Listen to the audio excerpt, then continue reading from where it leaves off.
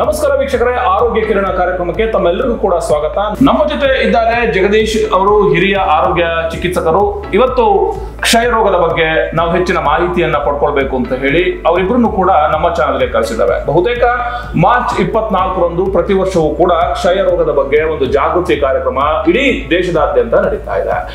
ಶತಮಾನಗಳಿಂದಲೂ ಕೂಡ ಕ್ಷಯ ರೋಗ ಇದ್ದೇ ಇತ್ತು. ಆದ್ರೆ ನಮ್ಮ ಆಧುನಿಕತೆ, ವಿಜ್ಞಾನ ಮತ್ತು ತಂತ್ರಜ್ಞಾನ ಹಾಗೂ ವೈದ್ಯಕೀಯ ಜಗತ್ತು ದೊಡ್ಡದಾಗ್ತಾ ಇವತ್ತು ಕ್ಷಯ ರೋಗ ದಿನದಿಂದ ದಿನಕ್ಕೆ, ವರ್ಷದಿಂದ ವರ್ಷಕ್ಕೆ ಕಡಿಮೆ ಆಗ್ತಾ ಇದೆ. ಆದ್ರೂ ಕೂಡ ಅದನ್ನು ಸಂಪೂರ್ಣವಾಗಿ ಕಡಿಮೆ ಮಾಡಬೇಕು ಅನ್ನುವ ಹಿನ್ನೆಲೆಯಲ್ಲಿ ನಮ್ಮ ವೈದ್ಯಕೀಯ ಜಗತ್ತು ಏನೆಲ್ಲ ಮಾಡ್ತಾ ಇದೆ ಅನ್ನೋದ್ರ ಬಗ್ಗೆ ವಿಚಾರವನ್ನ ತಿಳ್ಕೊಳ್ಳೋದಕ್ಕೋಸ್ಕರ ಇವತ್ತು ನಮ್ಮ ಜೊತೆ ತಾಲೂಕು ಆರೋಗ್ಯ ಅಧಿಕಾರಿಗಳಾದಂತಹ ಡಾಕ್ಟರ್ ಬಿಂದು ಮಾಧವ್ ಅವರಿದ್ದಾರೆ. ಅವರಿಗೆ ನಮ್ಮ ಚಾನೆಲ್ ನ ಪರವಾಗಿ ತುಂಬ ಸ್ವಾಗತವನ್ನ ಕೊಡ್ತಾರೆ. ನಮಸ್ತೆ.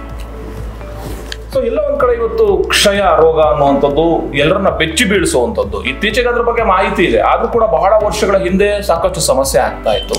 ಏನು ಕ್ಷಯ ರೋಗ ಅಂತಂದ್ರೆ ಏನು ಅಂತ? ಕ್ಷಯ ರೋಗ ಅನ್ನೋದು ಒಂದು ಸಾಂಕ್ರಾಮಿಕ ರೋಗ. ಇದು ಶತಮಾನಗಳಿಂದ ಇರುವಂಥ ಒಂದು ಹಳೆಯ ರೋಗ. ಈ ರೋಗ ನಿರ್ದಿಷ್ಟವಾಗಿ ಇಂಥ ಕಾರಣಗಳಿಂದ ಬರ್ತಾ ಅಂತ ಗೊತ್ತಿರಲಿಲ್ಲ. 1885ರಲ್ಲಿ ರಾಬರ್ಟ್ ಕಾಕ್ ಅಂದ್ಬಿಟ್ಟು ಮಾರ್ಚ್ 24ನೇ ತಾರೀಕು ಅವರು ಕ್ಷಯ ರೋಗಕ್ಕೆ ಒಂದು ಕಾರಣಕರ್ತ ಒಂದು ಬ್ಯಾಕ್ಟೀರಿಯಾ ಕಂಡುಹಿಡಿದ್ರು. ಸೊ ಆ ದಿನವನ್ನು ನಾವು ಕ್ಷಯ ರೋಗ ದಿನಾಚರಣೆ ಮಾಡ್ತೀವಿ. ಆ ಬ್ಯಾಸಿಲೈ ಬಂದುಬಿಟ್ಟು ಮೈಕೋಬ್ಯಾಕ್ಟೀರಿಯಂ ಟ್ಯೂಬರ್ಕ್ಯುಲೋಸಿಸ್ ಅಂದ್ಬಿಟ್ಟು ಅದೆಲ್ಲ ಬಂದ ನಂತರ ಕಂಡಿಡಿದ ನಂತರ ನಮಗೆ ಈ ಒಂದು TB ಕಾಯಿಲೆಗೆ ಒಂದು ಒಳ್ಳೆ ಆಯಾಮ ಸಿಕ್ಕಿದೆ, ಒಂದು ಇನ್ವೆಸ್ಟಿಗೇಷನ್ಗಾಗಲಿ ಮತ್ತು ಟ್ರೀಟ್ಮೆಂಟ್ಗಾಗಲಿ. ಸೊ ಈಗೇನಾಗಿದೆ, ಮೊದಲು ಇದ್ದಂಥ ಪ್ರಮಾಣಕ್ಕೆ ಎಲ್ಲ ನೋಡಿಕೊಂಡಾಗ ಪ್ರತಿ ವರ್ಷ ಜಾಗೃತಿ ಮೂಡಿಸ್ತಾ ಇದ್ವಿ, ಮತ್ತೆ ಕಡಿಮೆ ಆಗ್ತಾ ಇದೆ. ಸೊ ಎಲ್ಲ ಒಂದ್ ಕಡೆ ಇದರ ರೋಗ ಲಕ್ಷಣಗಳೇನು ಅಂದ್ರೆ ಪ್ರತಿಯೊಂದು ಕಾಯಿಲೆಗೂ ಕೂಡ ಒಂದು ರೋಗ ಲಕ್ಷಣ ಅಂತ ಇರ್ತದೆ. ಹೌದು. ಈ ಕ್ಷಯ ರೋಗದ ರೋಗ ಲಕ್ಷಣಗಳು ಏನೆಲ್ಲ ಇದೆ? ನೋಡಿ, ಕ್ಷಯ ರೋಗದ ಲಕ್ಷಣ ಏನಂತಂದ್ರೆ ಸತತವಾಗಿ ಅಥವಾ ಬಿಟ್ಬಿಟ್ಟು 2 ವಾರಕ್ಕಿಂತ ಹೆಚ್ಚಿಗೆ ಕೆಮ್ಮು ಬರುವಂಥದ್ದು, ಕೆಮ್ಮಿದಾಗ ಗಟ್ಟಿ ಕಫ ಬೀಳುವಂಥದ್ದು, ಕೆಲವೊಮ್ಮೆ ಕಫದಲ್ಲಿ ರಕ್ತ ಬೀಳುವಂಥದ್ದು, ಮತ್ತು ಸಂಜೆ ಹೊತ್ತು ವ್ಯಕ್ತಿಗಳಿಗೆ ಜ್ವರ ಬರ್ತಾ ಇರುತ್ತೆ, ಜೊತೆಯಲ್ಲಿ ಹಸಿವಾಗದೇ ಇರುವಂಥದ್ದು, ತೂಕ ಕಡಿಮೆ ಆಗುವಂಥದ್ದು, ಈ ರೀತಿ ಎಲ್ಲ ಸಮಸ್ಯೆಗಳು ಬರ್ತವೆ. ನಮಗೆ ಕ್ಷಯ ರೋಗ ಇದೆ ಅಂತ ಹೇಳಿ ಹೆಂಗೆ ಅದನ್ನು ದೃಢಪಡಿಸ್ಕೊಳ್ಳೋದು? ಖಂಡಿತವಾಗ್ಲು ನೋಡಿ, ಕೆಮ್ಮಿರೋರಿಗೆಲ್ಲರೂ ಕ್ಷಯ ರೋಗ ಅಂತ ಇರೋದಿಲ್ಲ, ಆಯಿತಾ? ಹಾಗೆ ಸತತವಾಗಿ ಕೆಮ್ಮಿದ್ದಂಥ ಸಂದರ್ಭದಲ್ಲಿ ನಾವೇನು ಮಾಡಬೇಕಂದ್ರೆ ಹತ್ತಿರದಲ್ಲಿರುವಂಥ ಒಂದು ಪ್ರಾಥಮಿಕ ಕೇಂದ್ರಕ್ಕೆ ನಾವು ಭೇಟಿ ಕೊಟ್ಟಂಥ ಸಂದರ್ಭದಲ್ಲಿ ಅಲ್ಲೇನಾಗುತ್ತಂದರೆ ಇಂಥ ವ್ಯಕ್ತಿಗಳನ್ನ ಐಡೆಂಟಿಫೈ ಮಾಡಿಬಿಟ್ಟು ಕಫವನ್ನು ಕಲೆಕ್ಟ್ ಮಾಡ್ಕೊಳ್ತಾರೆ. ಕಫವನ್ನು ಕಲೆಕ್ಟ್ ಮಾಡಿಕೊಂಡು ಅದನ್ನು ಪರೀಕ್ಷೆ ಮಾಡ್ತಾರೆ. ಪರೀಕ್ಷೆ ಮಾಡಿದಾಗ ಏನಾಗುತ್ತಂದರೆ ಅದು ಆ ಕ್ರಿಮಿ ಇದೆ ಅಂತ ಗೊತ್ತಾಗುತ್ತೆ, ಅದು ಮೈಕೋಬ್ಯಾಕ್ಟೀರಿಯಂ ಟ್ಯೂಬರ್ಕ್ಯುಲೋಸಿಸ್ ಇದೆ ಅಂತ ಗೊತ್ತಾಗುತ್ತೆ. ಗೊತ್ತಾದ ನಂತರ ನಮಗೆ ಭಾರಿ ಸುಲಭವಾಗಿ ಟ್ರೀಟ್ಮೆಂಟ್ ಕೊಡಲಿಕ್ಕೆ ಅನುಕೂಲ ಆಗುತ್ತೆ, ತುಂಬ ಸಂಪೂರ್ಣವಾಗಿ ಹುಷಾರಾಗುತ್ತೆ ಅಂತ ಅನಿಸ್ತದೆ. ಖಂಡಿತವಾಗ್ಲು ಆ್ಯಂಟಿ ಟ್ಯೂಬರ್ಕ್ಯುಲೋಸಿಸ್ ಡ್ರಗ್ಸ್ ಅಂತ ಏನಿದೆ, ಆ ಡ್ರಗ್ಸ್ನ ಕರೆಕ್ಟಾಗಿ ನಿಗದಿತ ಸಮಯದಲ್ಲಿ ನಿಗದಿತ ವೇಳೆಯಲ್ಲಿ ಕರೆಕ್ಟ್ ಸರಿಯಾದ ಪ್ರಮಾಣ ತೆಗೆದುಕೊಂಡ್ರೆ ಖಂಡಿತ 100% ಭಾಗ ವಾಸಿ ಆಗುತ್ತೆ. ಎಷ್ಟು ತಿಂಗಳು ಚಿಕಿತ್ಸೆಯನ್ನು ಪಡಿಬೇಕಾಗುತ್ತೆ? ಕನಿಷ್ಠ ಪಕ್ಷ 6 ತಿಂಗಳಂತೂ ನಾವು ಚಿಕಿತ್ಸೆ ಕೊಡಲೇಬೇಕಾಗುತ್ತೆ ಮೊದಲನೇ ಹಂತದಲ್ಲಿ. ಒಂದು ವೇಳೆ ಏನು ಮರುಕಳಿಸಿದ್ರೆ ಅವರು ಸರಿಯಾಗಿ ಚಿಕಿತ್ಸೆ ತೊಗೊಂಡಿಲ್ಲ ಅಂದ್ಬಿಟ್ಟು ಮತ್ತೆ ಮರುಕಳಿಸುತ್ತೆ. ಅಂಥ ವ್ಯಕ್ತಿಗಳಿಗೆ ಏನಾಗುತ್ತಾರೆ, ನಾವೇನು ಮಾಡುತ್ತಂದ್ರೆ 6 ತಿಂಗಳಲ್ಲ 2 ವರ್ಷದವರೆಗೂ ನಾವು ಟ್ರೀಟ್ಮೆಂಟ್ ಕೊಡಲೇಬೇಕಾಗುತ್ತೆ.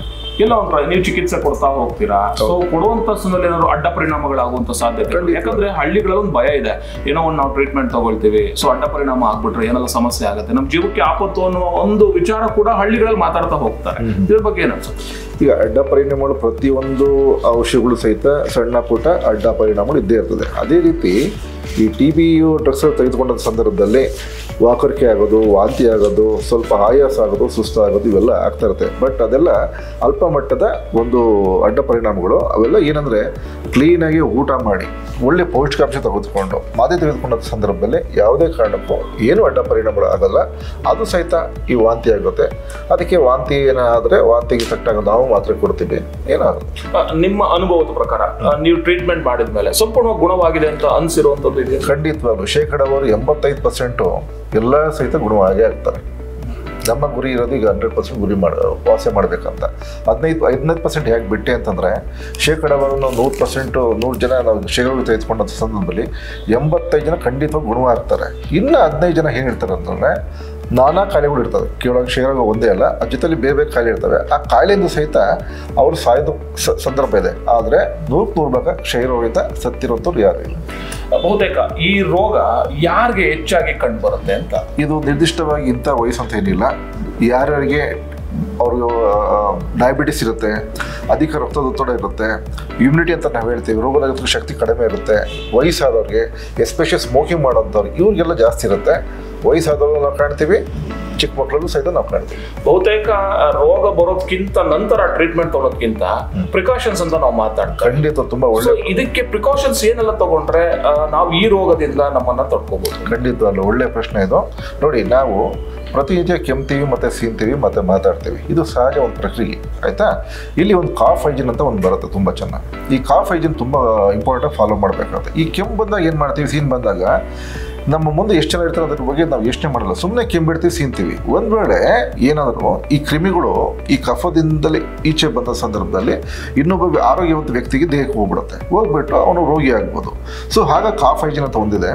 ಏನು ಮಾಡಬೇಕಂದ್ರೆ ನೋಡಿ, ನಮ್ಮ ಕೈ ಇದೆ, ಇದು ಎಲ್ಬೋ ಅಂತ ಹೇಳ್ತೀವಿ. ಈ ಎಲ್ಬೋ ನಾವು ಪಕ್ಕಕ್ಕೆ ತಿರ್ಕೊಂಡು ಇಲ್ಲಿ ಕೆಮ್ಮಿದ ಸಂದರ್ಭದಲ್ಲಿ ಏನಾಗುತ್ತೆ ಅಂದರೆ, ಕೆಮ್ಮು ಸೀನೆಲ್ಲ ಇಷ್ಟಕ್ಕೆ ಸೀಮಿತವಾಗಿರುತ್ತೆ, ಕೈಗೆಲ್ಲ ಅಂಟಲ್ಲ, ಮತ್ತೊಂದು ಅಂಟಲ್ಲ, ಯಾರ ಕೈನೂ ಮುಟ್ಟಕ್ಕೆ ಬರೋಲ್ಲ, ಕೈ ಮುಟ್ಟಿದಾಗಲೂ ಸಹ ಏನೂ ಆಗಲ್ಲ, ಇಲ್ಲಿ ಯಾರು ಮುಟ್ಟಕ್ಕೆ ಬರಲ್ಲ, ಏನೂ ಆಗಲ್ಲ.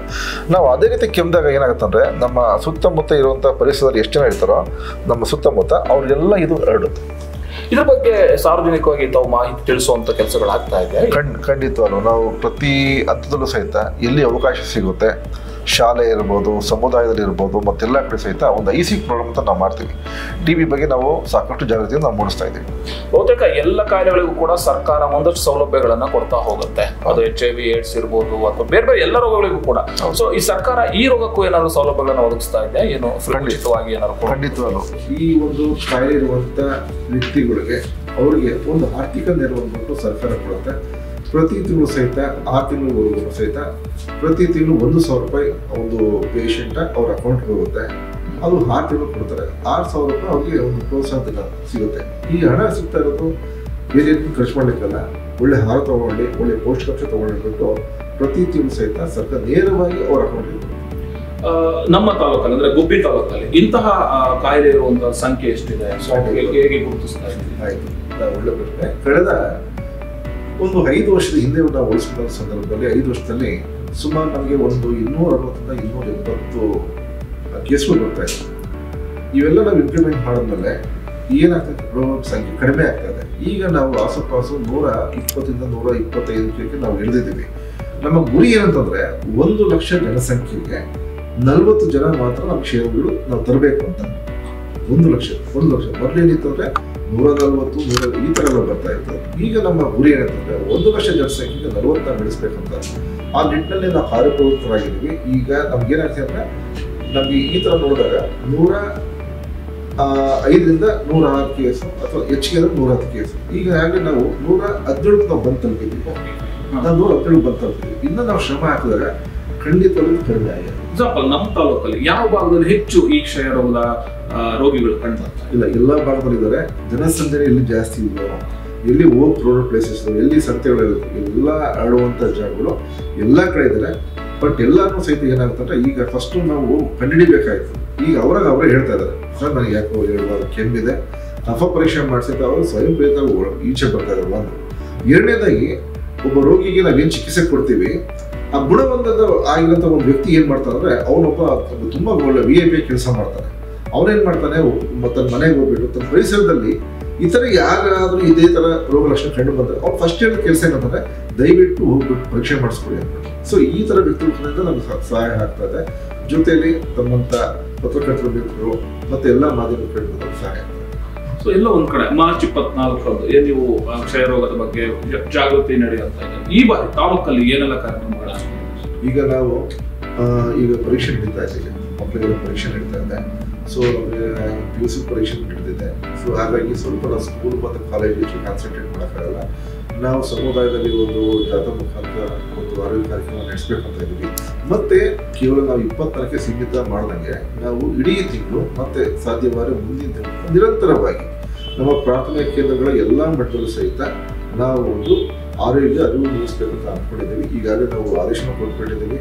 ನಾವು ತಮ್ಮ ಗ್ರಾಮ ಪಂಚಾಯತಿ ಮಟ್ಟದಲ್ಲೂ ಸಹಿತ ಮಾಡಬೇಕಂತ.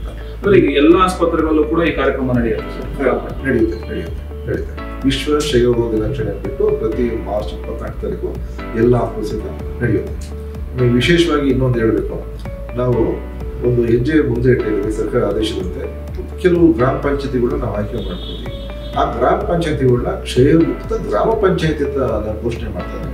ಈ ನಿಟ್ಟಿನಲ್ಲಿ ನಮಗೆ ಈ ಸರಿ 2 ಗ್ರಾಮ ಪಂಚಾಯತಿಗಳು ಕ್ಷಯಮುಕ್ತ ಗ್ರಾಮ ಪಂಚಾಯತಿಗೆ ಒಂದೊಂದು ಸಾಲ ಒಂದೊಂದು ವರ್ಷಗಳು ಆಗ್ತಾ ಇದೆ. ಇಳ್ಸಂದ್ರ ಮತ್ತೆ ಬೆಲ್ವತ್ತ ಕ್ಷಯಮುಕ್ತ ಗ್ರಾಮ ಪಂಚಾಯತಿಗೆ. ಸೊ ಜಗದೀಶ್ ಅವರೇ, ತಾವು ಕೂಡ ಫೀಲ್ಡ್ ಅಲ್ಲಿ ವರ್ಕ್ ಮಾಡ್ತಾ ಇದ್ದಾರೆ ಈ ಕ್ಷಯ ರೋಗದ ಬಗ್ಗೆ. ನಿಮ್ಗೆ ಏನ್ ಕಾಣಿಸ್ತಾ ಇದೆ ಈ ನಮ್ಮ ತಾಲೂಕುಗಳಲ್ಲಿ ಕ್ಷಯ ರೋಗದ ಬಗ್ಗೆ? ಇದರಲ್ಲಿ ಈಗ ನಾವು ಫೀಲ್ಡಿಗೆ ಭೇಟಿ ಕೊಟ್ಟಾಗ ಕೆಲವು ಈಗ ಸರ್ ಹೇಳಿದಾಗ ಈ ಧೂಮಪಾನಿಗಳು ಮದ್ಯಪಾನಿಗಳು ಏನಿರ್ತಾರೆ ಆ ಸಮಯದಲ್ಲಿ ಅವರು ಸ್ವಲ್ಪ ಮಾತ್ರೆ ಬಿಡುವಂತ ಸಾಧ್ಯತೆಗಳು ಜಾಸ್ತಿ ಇರುತ್ತೆ. ಆಮೇಲೆ ಅವರು ಮೊದಲನೇ ಸರಿ ಚಿಕಿತ್ಸೆ ಒಳಪಟ್ರೆ ಅವ್ರನ್ನ ಸಮಾಲೋಚನೆ ಮೂಲಕ ನಾವು ಅವ್ರನ್ನ ಗುಣಪಡಿಸ್ಬೋದು. ಆದರೆ ಎರಡನೇ ಸರಿ ಮೂರನೇ ಸರಿ ಬಂದಾಗ ಅವರು ಸ್ವಲ್ಪ ಧೂಮಪಾನಿಗಳು ಮದ್ಯಪಾನಿಗಳು ಸ್ವಲ್ಪ ಮಾತ್ರೆ ತಗೊಳ್ಳೋದ್ರಲ್ಲಿ ಸ್ವಲ್ಪ ಎಡುತ್ತಾರೆ. ಅವರಿಗೆ ಜಾಸ್ತಿ ನಾವು ಸಮಾಲೋಚನೆ ಮಾಡಬೇಕಾದಂತ ಪರಿಸ್ಥಿತಿ ಬರುತ್ತೆ. ಅಂತ ಟೈಮಲ್ಲಿ ಸರ್ ಹೇಳಿದಂಗೆ 20% ಮಿಸ್ ಆಗ್ತಾ ಇದೆ ಅಂತ ಹೇಳ್ತಾ ಇದಾರಲ್ಲ ಗುಣಮುಖರಾಗದಲ್ಲಿ, ಅಂತ ವ್ಯಕ್ತಿಗಳು ಜಾಸ್ತಿ. ಮದ್ಯಪಾನಿಗಳು ನಿಮ್ಮ ಮಾತು ಕೇಳ್ತಾರೆ ಅಂತ ಅನಿಸ್ತದ ಸರ್? ನಮ್ಮ ಕೆಲವು ಹಂತದಲ್ಲಿ ಈಗ ನಮ್ಮ ತಾಲೂಕು ಆರೋಗ್ಯಾಧಿಕಾರಿಗಳು ಸಹಿತ ನಮ್ಮ ಕ್ಷಯರೋಗಿಯನ್ನು ಭೇಟಿ ಮಾಡಿ ಸಮಾಲೋಚನೆ ಮಾಡ್ತಾರೆ. ನಮ್ಮ ಹಂತದಲ್ಲಿ ಆಗದೆ ಇದ್ರೆ ವೈದ್ಯಕೀಯ ಮಹಾವಿದ್ಯಾಲಯದಲ್ಲಿ ಸೈಕ್ಯಾಟ್ರಿಕ್ ಡಿಪಾರ್ಟ್ಮೆಂಟ್ ಅಂತ ಇರುತ್ತೆ, ಮಾನಸಿಕ ರೋಗ ತಜ್ಞರಿಗೆ, ಅವರಿಗೆ ನಾವು ಅಲ್ಲಿ ರೆಫರ್ ಮಾಡಿ ಅವ್ರ ಮೂಲಕ ಸಮಾಲೋಚನೆ ಮಾಡಿಸ್ತೀವಿ. ಕೆಲವರು ಬಿಡುವಂತ ಸಾಧ್ಯತೆ ಇರುತ್ತೆ, ಕೆಲವರು ಬಿಡಲ್ಲ. ಅವರು ರಿಪೀಟ್ ಆಗಿ ಟಿಬಿ ಕಾಯಿಲೆಗೆ ತುತ್ತಾಗ್ತಾನೆ ಇರ್ತಾರೆ. ಒಟ್ಟಾರೆಯಾಗಿ ಮಾರ್ಚ್ 24ರಂದು ಕ್ಷಯ ರೋಗ ಮುಕ್ತ ಸಮಾಜವನ್ನ ನಿರ್ಮಾಣ ಮಾಡಬೇಕು ಅಂತ ಹೇಳಿ ಇಡೀ ದೇಶದಾದ್ಯಂತ ಜಾಗೃತಿ ಕಾರ್ಯಕ್ರಮಗಳು ಆ ದಿನವನ್ನೇ ನಾವು ಆಚರಣೆ ಮಾಡ್ತಾ ಇದ್ದೇವೆ. ಹಾಗಾಗಿ ಇಡೀ ತುಮಕೂರನ್ನ ನಾವು ಕೂಡ ಕ್ಷಯ ಮುಕ್ತ ಸಮಾಜವನ್ನ ನಿರ್ಮಾಣ ಮಾಡೋಣ ಅಂತ ಹೇಳ್ತಾ ಈ ಒಂದು ಕಾರ್ಯಕ್ರಮಕ್ಕೆ ಆಗಮಿಸಿ ಕಾರ್ಯಕ್ರಮವನ್ನು ಯಶಸ್ವಿ ಮಾಡಿಕೊಟ್ಟಂತಹ ಡಾಕ್ಟರ್ ಬಿಂದು ಮಾಧವ್ ಅವರಿಗೆ ಹಾಗೂ ಜಗದೀಶ್ ಅವರಿಗೆ ನಮ್ಮ ಚಾನೆಲ್ನ ಪರವಾಗಿ ತುಂಬ ಹೃದಯದ ಧನ್ಯವಾದಗಳನ್ನ.